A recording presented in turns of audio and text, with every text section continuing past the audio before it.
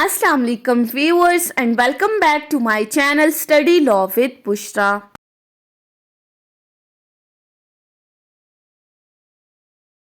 So we were discussing Civil Procedure Code 1908. We have discussed up till section 83. In this video we are going to discuss section 84 and section 85.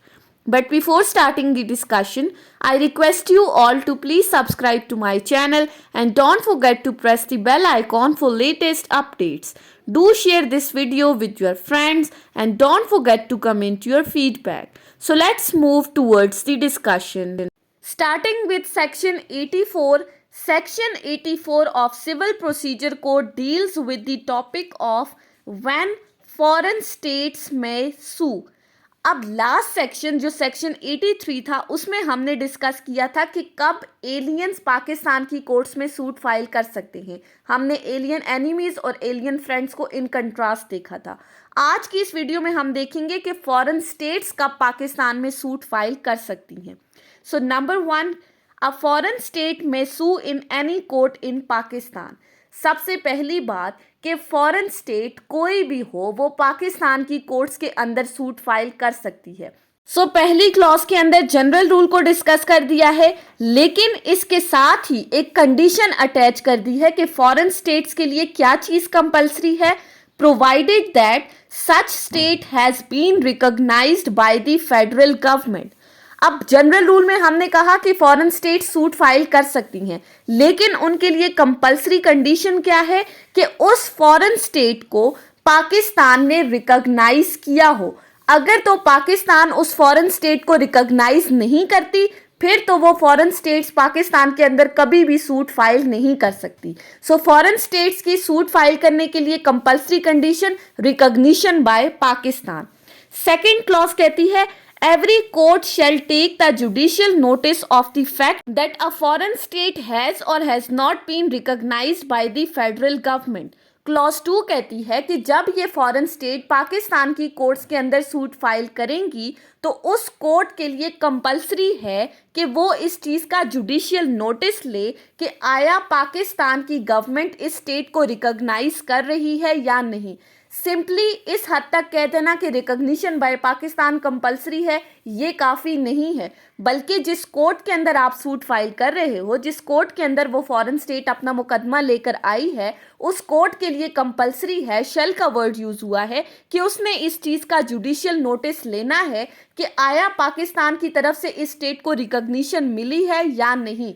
जब ये court satisfy हो जाएगी कि that state has been recognised by Pakistan तो फिर वो further case को proceed करेगी, अदरवाइज नहीं. सो फॉरेन स्टेट के लिए एक कंडीशन तो recognition by federal government must है. सेकेंड प्रोविजन ये कहती है that the object of the suit is to enforce a private right vested in the head of the state or any officer of the state in his public capacity. Second proviso ये कहती है कि recognition के साथ साथ उस state के लिए ये भी मस्ट है कि जो सूट वो फाइल कर रहे हैं उसके हेड ऑफ द स्टेट ने या किसी पब्लिक ऑफिसर ने अपनी ऑफिशियल कैपेसिटी में कोई प्राइवेट राइट वेस्ट हो. यानी कि जहां पर हेड ऑफ द स्टेट ने या किसी पब्लिक ऑफिसर ने अपनी ऑफिशियल कैपेसिटी में कोई प्राइवेट राइट इन्फ्रिंज हो रहा है तो उसके रिगार्डिंग वो पाकिस्तान की कोर्ट्स के अंदर आकर सूट फाइल कर सकते हैं. सो ये दो कंडीशंस होंगी तब फॉरेन स्टेट्स को अलाउ किया जाएगा, अदरवाइज नहीं.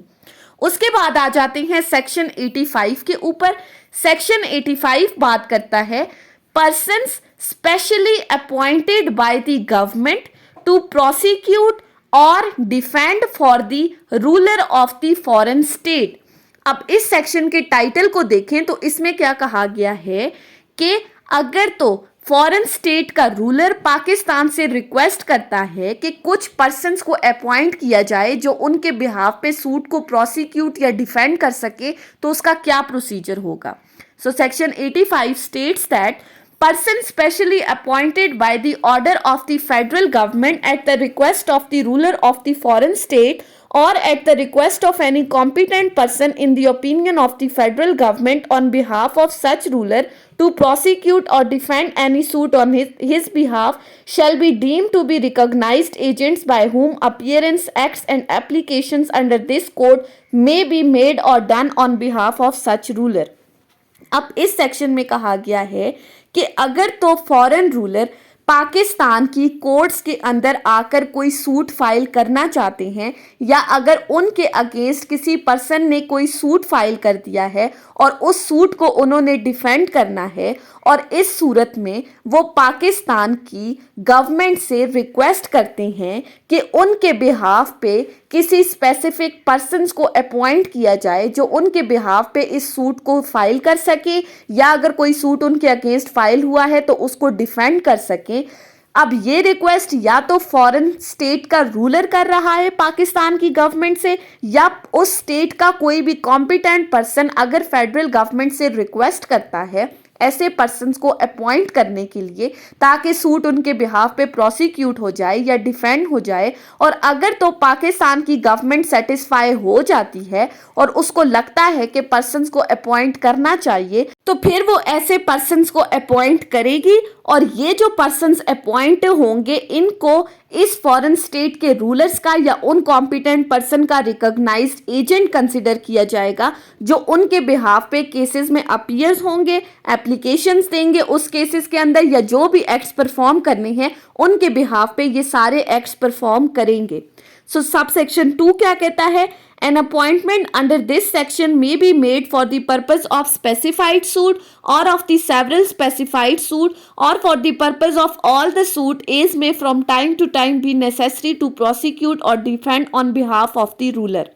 अब ये सेक्शन कह रहा है कि जो सब सेक्शन 1 के अंदर पर्सन्स को अपॉइंट करने की बात की है ये अपॉइंटेड या ये रिकॉग्नाइज्ड एजेंट किसी स्पेसिफिक सूट के लिए भी हो सकते हैं या सेवरल सूट्स के लिए भी हो सकते हैं जो उस फॉरेन स्टेट के रूलर के अगेंस्ट फाइल हुए हैं या वो खुद फाइल करना चाहते हैं।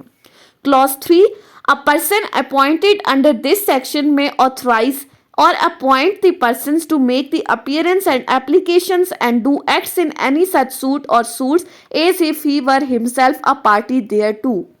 अब जो हमने रिकॉग्नाइज एजेंट की बात की कि जिनको फेडरल गवर्नमेंट अपॉइंट करती है ये रिकॉग्नाइज एजेंट फर्दर अपने बिहाफ पे कुछ और बंदों को भी अपॉइंट कर सकते हैं जो उनके बिहाफ पे केसेस को प्रोसिक्यूट या डिफेंड करें।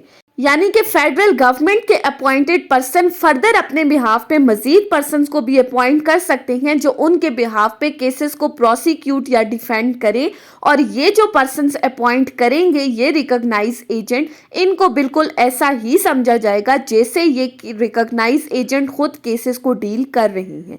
सो सेक्शन 85 सिंपल सी बात थी कि जहां पर फॉरेन स्टेट का रूलर या फॉरेन स्टेट की कॉम्पिटेंट पर्सन फेडरल गवर्नमेंट से रिक्वेस्ट करते हैं कि उनके बिहाफ पे एजेंट्स को अपॉइंट किया जाए तो फेडरल गवर्नमेंट पर्सन्स को अपॉइंट कर सकता है जो उनके बिहाफ पे केसेस को प्रोसिक्यूट या डिफेंड करे।